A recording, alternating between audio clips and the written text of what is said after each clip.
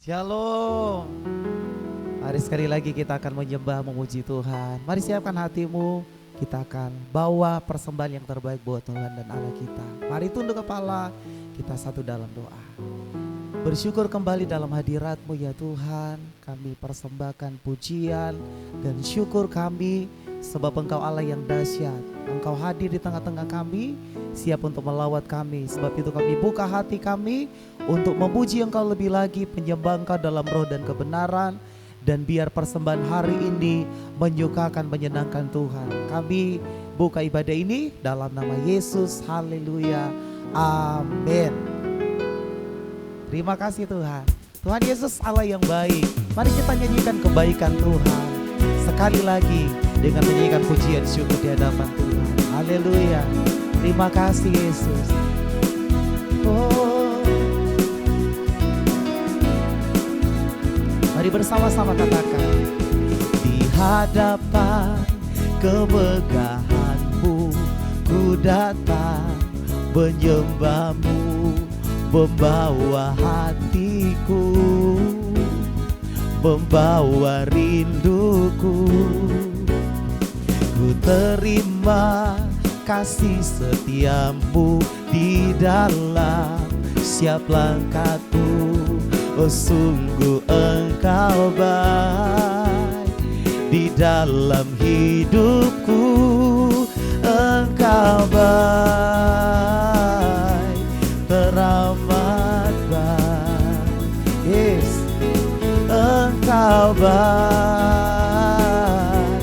teramat baik. Kau baik, Engkau baik, teramat baik. Amin. Engkau baik, teramat baik. Lagi katakan bersama-sama.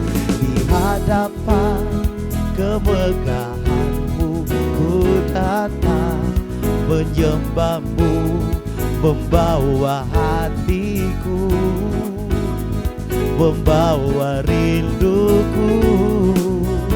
Ku terima kasih setiamu di dalam setiap langkahku. Oh sungguh Engkau baik di dalam hidupku. Engkau baik, teramat baik. Engkau baik, teramat baik. Engkau baik, Engkau baik, teramat baik. Engkau baik, teramat baik. Lebih dahsyat lagi. Engkau baik, teramat baik. Kau baik, Engkau baik, teramat baik. Kau baik, Engkau baik. Oh, teramat baik. Oh, Engkau baik, teramat baik. Haleluya, haleluya. Mari tunduk kepala, kita menyembah Tuhan di dalam roh. Terima kasih Yesus. Kembali ya Tuhan, dengan sehati kami datang ke hadirat-Mu. Di tempat di mana kami duduk hari ini, kami percaya Engkau ada di situ. Kalau Engkau ada di tengah-tengah kami, kami percaya Engkau ada juga di mana-mana tempat untuk siap melawat kami. Terima kasih Tuhan. Ini korban syukur kami. Ini persembahan kami di hadapan hadirat-Mu. Thank you Jesus, thank you Lord. Haleluya. Mari angkat pujian ini bersama. Bawaku ke gunung kudus-Mu, ke tempat kediaman-Mu.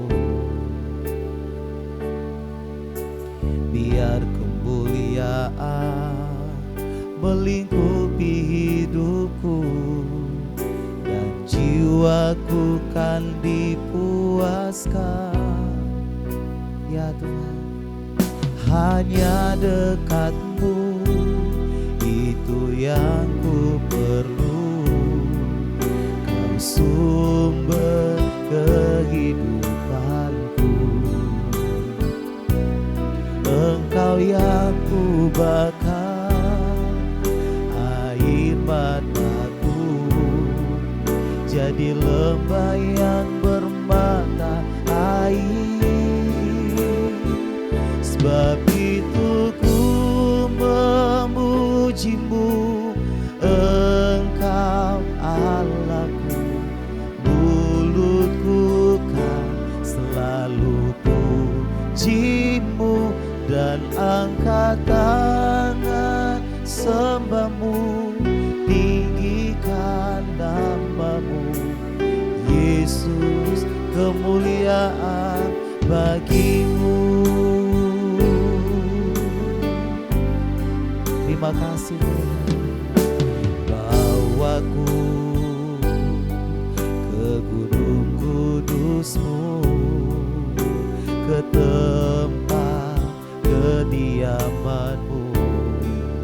Ya Tuhan, biar kemuliaan melingkupi hidupku, dan jiwaku kan dipuaskan. Hanya dekat-Mu itu yang ku perlu. Kau sumber kehidupanku, Engkau yang ku bakar air mataku, jadi lembah yang bermata air. Sebab itu ku memuji-Mu, Engkau Allahku. Mulutku kan selalu puji-Mu, dan angkat tangan sembah-Mu, tinggikan nama-Mu. Yesus, kemuliaan bagi-Mu. Sebab itu ku memuji-Mu, Engkau Allahku. Mulutku kan selalu puji-Mu, dan angkat tangan sembah-Mu, tinggikan nama-Mu. Yesus, kemuliaan bagi-Mu. Oh, sebab itu ku memuji-Mu, Engkau Allahku. Mulutku kan selalu puji-Mu, dan angkat tangan sembah-Mu, tinggikan nama-Mu. Yesus, kemuliaan bagi-Mu. Oh, sebab itu ku memuji-Mu, Engkau Allahku. Mulutku kan selalu puji-Mu, dan angkat tangan sembah-Mu, tinggikan nama-Mu. Yesus, kemuliaan bagi-Mu. Oh, sebab itu ku memuji-Mu, Engkau Allahku. Mulutku kan selalu puji-Mu, dan angkat tangan sembah-Mu, tinggikan nama-Mu. Yesus, kemuliaan bagi-Mu. Oh, Yesus, kemuliaan bagi-Mu. Yesus, kemuliaan bagimu. Haleluya, kami sembah Kau Yesus, Kau layak disembah. Oh, terima kasih. Haleluya, kami sembah-Mu. Yesus, Kau layak disembah, layak diagungkan. Kami datang di hadirat-Mu Tuhan, menyembah Kau Allah yang hidup. Oh Jesus, we worship You, we give You honor, we give You praise, we give You glory, Lord. Haleluya. Oh, Kau sungguh ajaib, Kau sungguh dahsyat. Engkau Allah yang hidup, Engkau Allah yang kudus. Kami menyembah-Mu Tuhan, sembah Kau Yesus, muliakan, tinggikan, agungkan Engkau. Oh, hanya Engkau yang layak Tuhan, hanya Engkau yang layak terima pujian kami. Hanya Engkau yang layak terima pengagungan, kemuliaan, kejayaan, kehormatan. Mulialah nama-Mu ya Tuhan.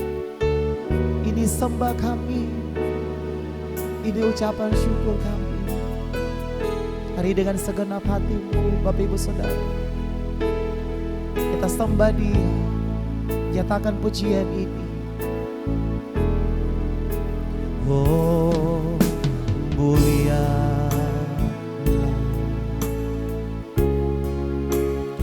hadirat-Mu,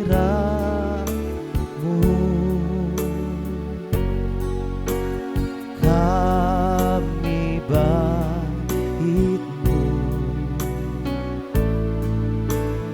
memuja-Mu. Oh, diberkati Kau Tuhan dengan pujian kami dalam dekapan hadirat-Mu. Diberkati Kau, amin Tuhan. Diberkati Kau Tuhan dengan pujian kami dalam dekapan hadirat-Mu memenuhi tempat ini, memenuhi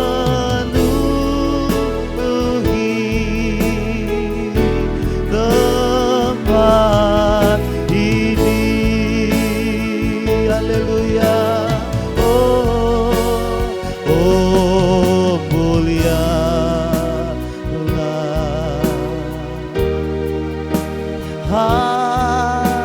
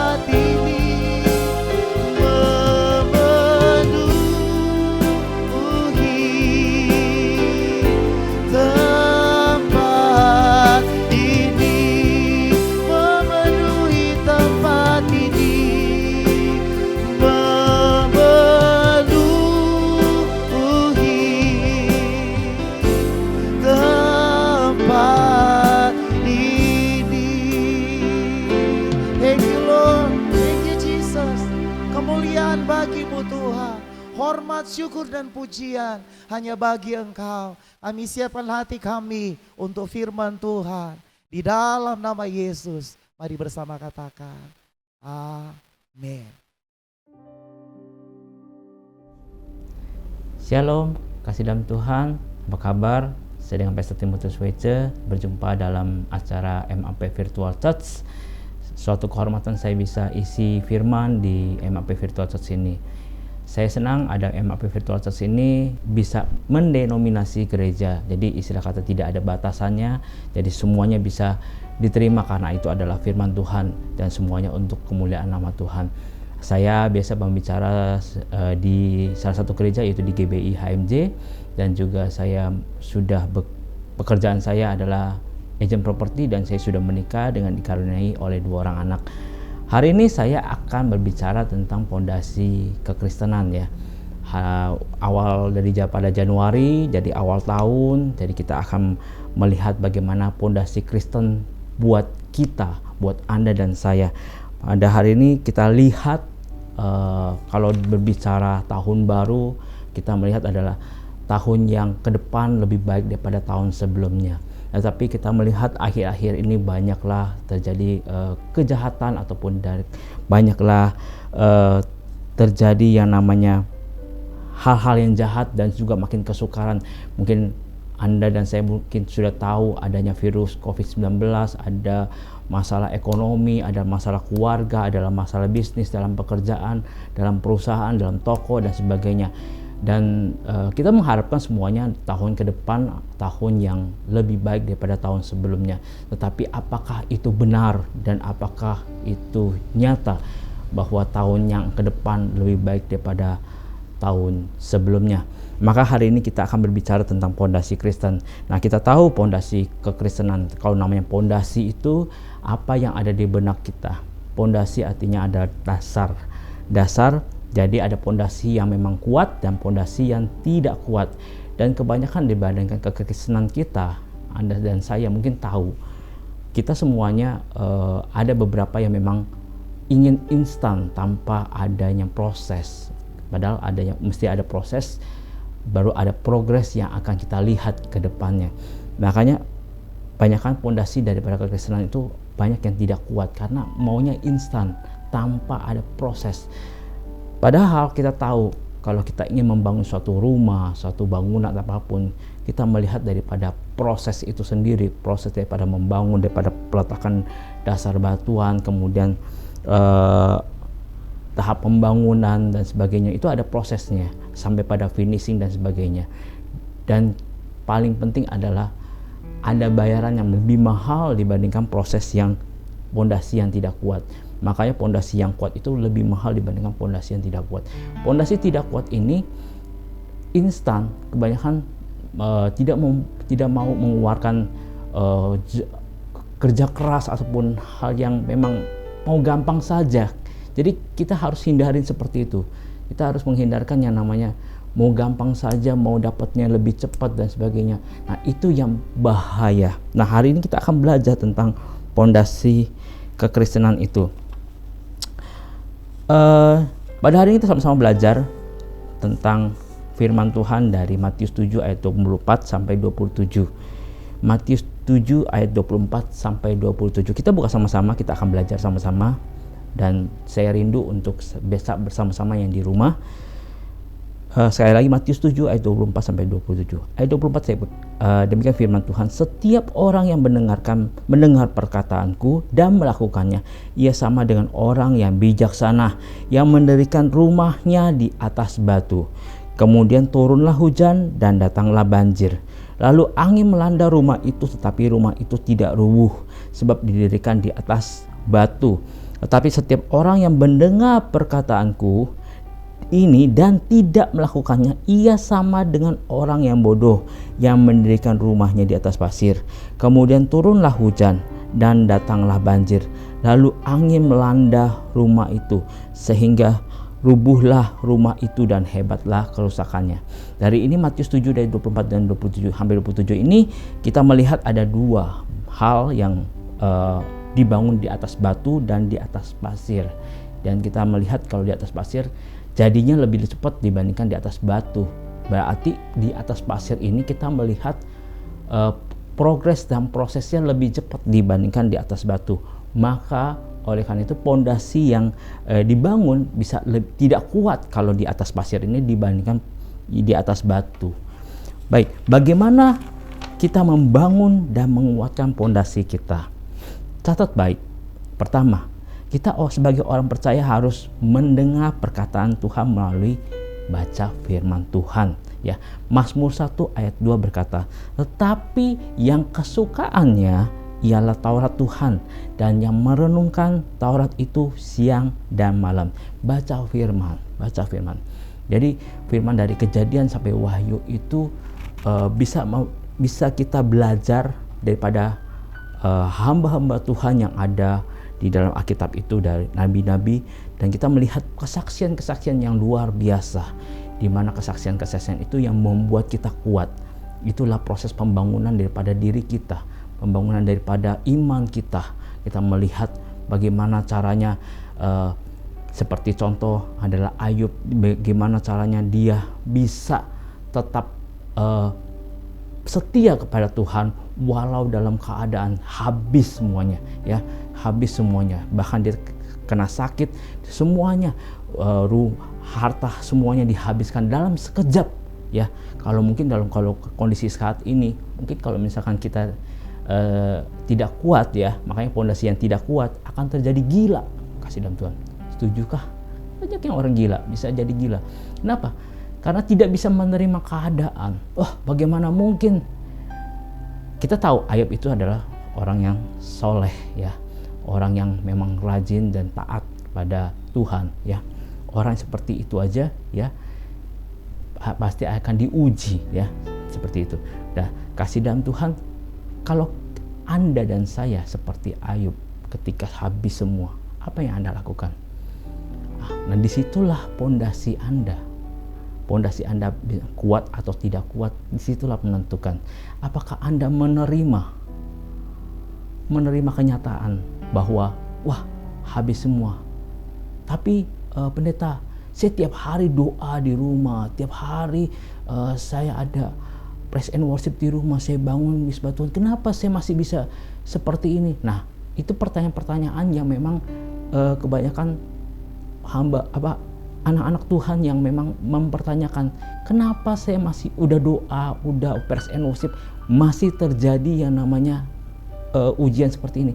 Ya, semuanya pasti ada, bahkan pendeta pun pasti ada. Itulah proses dari mana pondasi kekristenan kita, sampai semana kita punya kekuatan kita, sampai semana kita ketahanan kita, iman kita. Nah, disitulah diuji kekuatannya. Maka kita sebagai orang percaya yang pertama harus mendengar perkataan Tuhan melalui baca firman Tuhan. Di situ sudah lengkap, ya, dari Kejadian sampai Wahyu. Anda akan dituntun, akan belajar, dan itulah proses iman, Jadi mungkin menurut Anda, kehidupan Anda, ya, kasih dalam Tuhan, kehidupan Anda sudah parah sekali, sudah seperti tidak ada harapan. Tetapi ketika Anda baca firman Tuhan, baca kesaksian-kesaksian dari para nabi, mungkin ada yang lebih parah daripada dengan Anda. Kehidupannya lebih parah, tetapi mereka setia, mereka taat, ya. Maka ada pertolongan Tuhan. Kita yakin dan percaya, kita ada pertolongan Tuhan. Tuhan akan menolong Anda dan saya. Dan Tuhan tidak akan meninggalkan Anda dan saya. Sekalipun Anda dalam lembah kekelaman, tetapi Tuhan tetap akan memegang Anda. Tuhan akan menggendong Anda. Amin. Kasih dalam Tuhan. Saya yakin dan percaya ketika Anda baca firman Tuhan, Anda akan semakin, pondasi Anda akan semakin kuat. Itu yang pertama. Yang kedua, kita sebagai orang percaya harus menjadi pelaku firman dalam kehidupan sehari-hari. Dalam Yakobus 1 ayat 22 dan 23 kita buka. Yakobus 1 ayat 22 dan 23. Ayat 22 berkata, "Tetapi hendaklah kamu menjadi pelaku firman dan bukan hanya pendengar saja," ya. Catat baik, "Tetapi hendaklah kamu menjadi pelaku firman dan bukan hanya pendengar saja, sebab jika tidak demikian kamu menipu diri sendiri." Ayat 23, sebab jika seorang hanya mendengar firman saja dan tidak melakukannya, ia adalah seumpama seorang yang mengamati mukanya yang sebenarnya di depan cermin. Jadi kalau misalkan kita lihat, kalau di depan cermin, Anda melihat cermin, Anda melihat ya cermin, itulah Anda. Jadi Anda tidak melakukan sesuatu, Anda nggak do action, ya Anda tidak terjadi apa-apa. Kalau Anda bilang, saya ingin mendapatkan mukjizat, tetapi Anda tidak ada action, itu tidak akan terjadi apa-apa. Saya teringat oleh perempuan 12 tahun pendarahan. Perempuan 12 tahun pendarahan, bagaimana dia menghabiskan seluruh uangnya ke tabib manapun, mencari dokter, sembuh sebentar, pendarahan lagi, sembuh sebentar, pendarahan lagi. Habis semua dana ataupun habis semua tenaga untuk menyembuhkan pendarahannya itu. Tetapi ketika dia mendengar Yesus datang dan iman dia langsung naik. Sontak dia berkata, asal ku jamak jubah-jubahnya, pasti akan sembuh.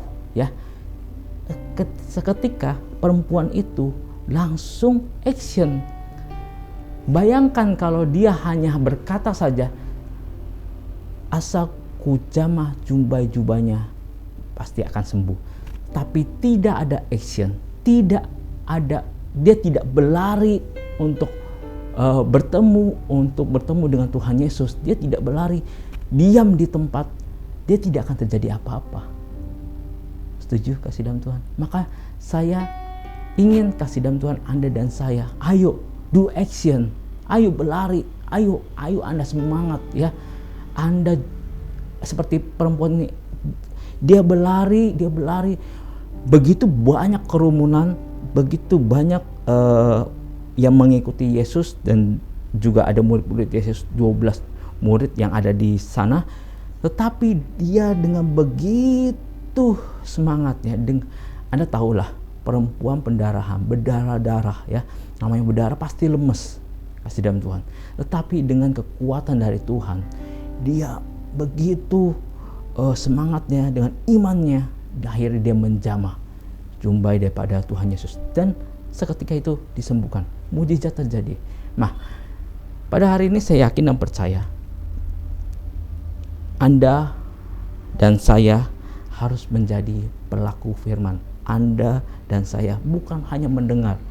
Anda tidak bisa mendengar perkataan saya sebagai pendeta di rumahnya mendengar, tetapi Anda hanya beriming-iming punya iman, tetapi Anda tidak melakukan sesuatu.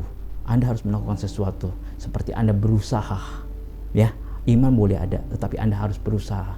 Ya, Anda harus berusaha pekerjaan Anda harus lebih giat lagi. Anda minta campur tangan Tuhan, Anda berdoa, minta campur tangan Tuhan. Anda minta pada Tuhan. Anda do action. Jadi Anda harus bekerja lebih keras lagi. Supaya apa? Disitulah Tuhan nyatakan kemuliaannya. Disitulah Tuhan nyatakan mukjizatnya bagi Anda dan saya.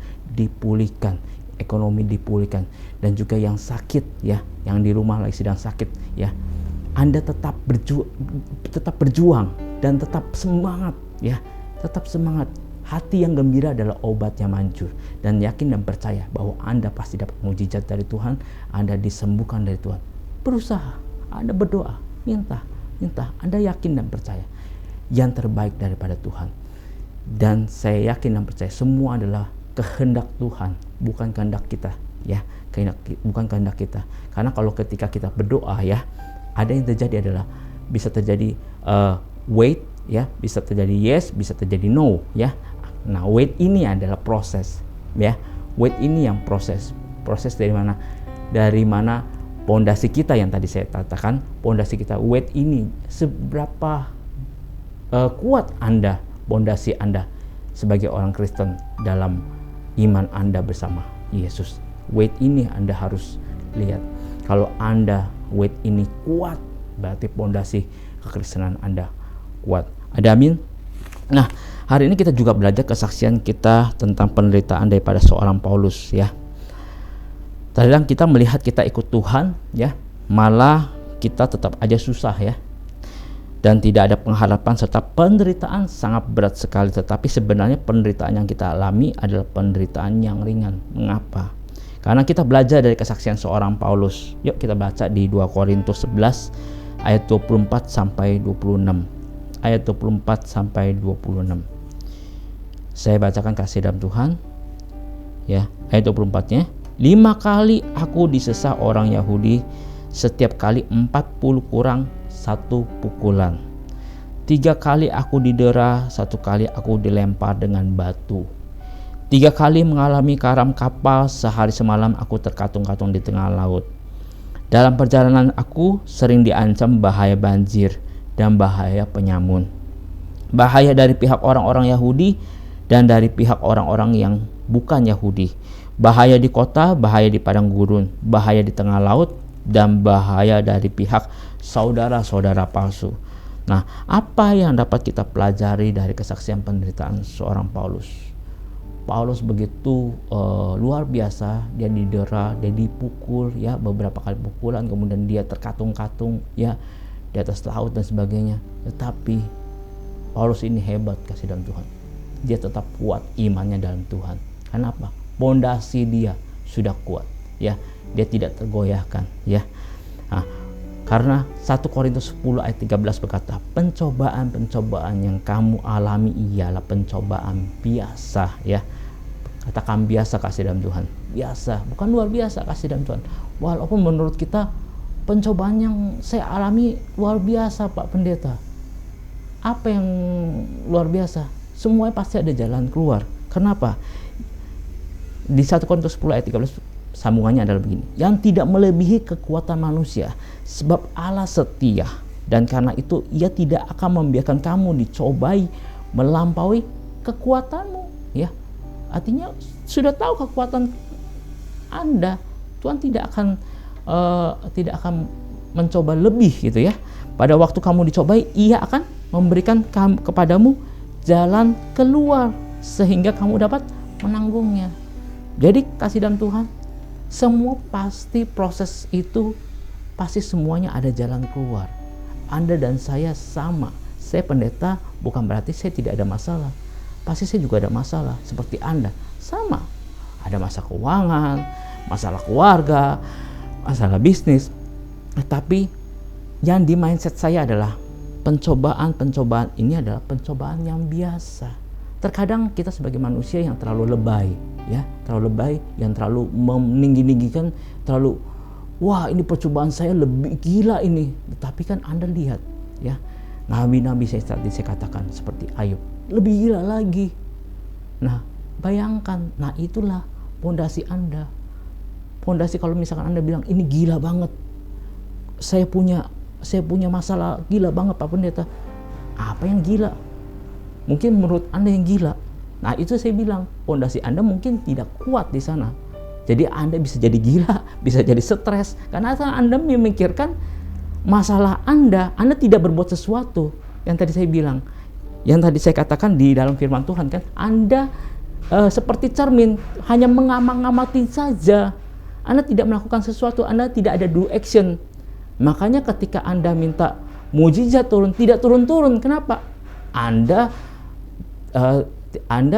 dalam doa pun kurang, Anda dalam praise and worship pun kurang, Anda baca firman pun kurang, apalagi Anda melakukan firman Tuhan, itu pasti tidak ada sama sekali. Maka oleh karena itu harus ada balance. Anda dengar firman, Anda ada praise and worship di rumah, bangun mesbah Tuhan, Anda melakukan firman Tuhan itu sendiri, sehingga Anda baru merasakan kebaikan Tuhan, Anda baru merasakan mujizat yang Tuhan kasih. Anda baru melihat bagaimana pemeliharaan Tuhan. Ya, kita lihat kita sudah meninggalkan 2021 dari Januari sampai Desember, bahkan sampai Januari 2022 sudah masuk 2022. Buktinya Anda dan saya masih diberikan makan secukupnya, masih diberikan napas yang luar biasa dari Tuhan. Kalau menurut saya, mujizat itu hanya tunggu waktu, hanya tunggu proses. Anda dan saya mau gak ikutin proses ini? Karena ketika Anda ikutin proses ini, yakin dan percaya Anda mempunyai kesaksian-kesaksian bagi orang lain untuk memenangkan jiwa-jiwa dan untuk kemuliaan nama Tuhan. Amin. Itulah dia. Anda harus pondasi Anda harus kuat. Anda harus menjadi kuat sehingga Anda bisa menjadi berkat, menjadi kesaksian buat yang lainnya, bahwa Anda bisa keluar dari masalah Anda dan karena apa? Karena pertolongan Tuhan. Amin. Terkadang kita hanya bangun ya, sebagai orang Kristen, kadang kita hanya bangun apa yang di luar kita. Amin. Ya. Terkadang kita hanya bangun apa yang di luar kita.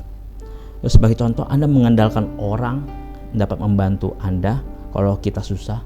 Seharusnya kita bangun memperhatikan apa? Iman di dalam kita. Ya. Iman di dalam kita. Sehingga ketika ada badai, ketika ada masalah, ada hujan, ada gelombang, masalah apapun, kita tetap kuat di dalam Tuhan, ya.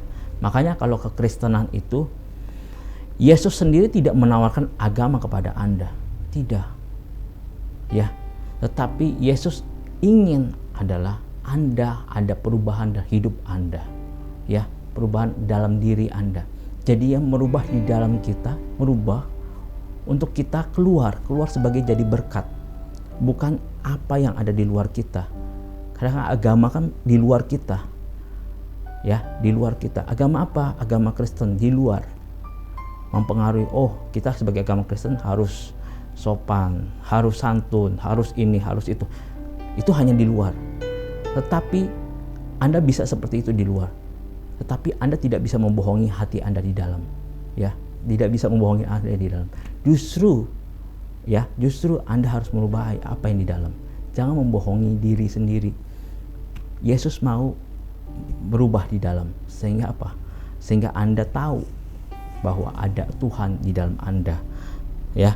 Jadi kita harus bangun pondasi iman di dalam Anda, di dalam diri kita.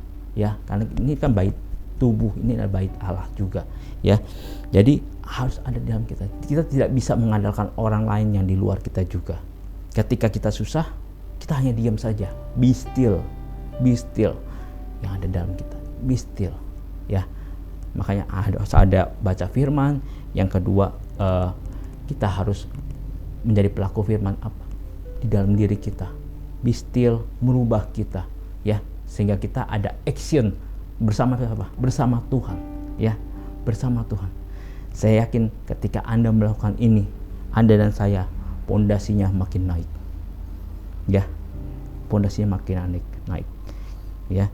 Karena seperti Yesaya 40 ayat 31 berkata, tetapi orang yang menanti-nantikan Tuhan mendapat kekuatan baru. Mereka seumpama raja wali yang naik terbang, ya, naik terbang dengan kekuatan sayapnya. Mereka berlari dan tidak menjadi lesu. Mereka berjalan dan tidak menjadi lelah. Raja wali yang naik terbang tinggi.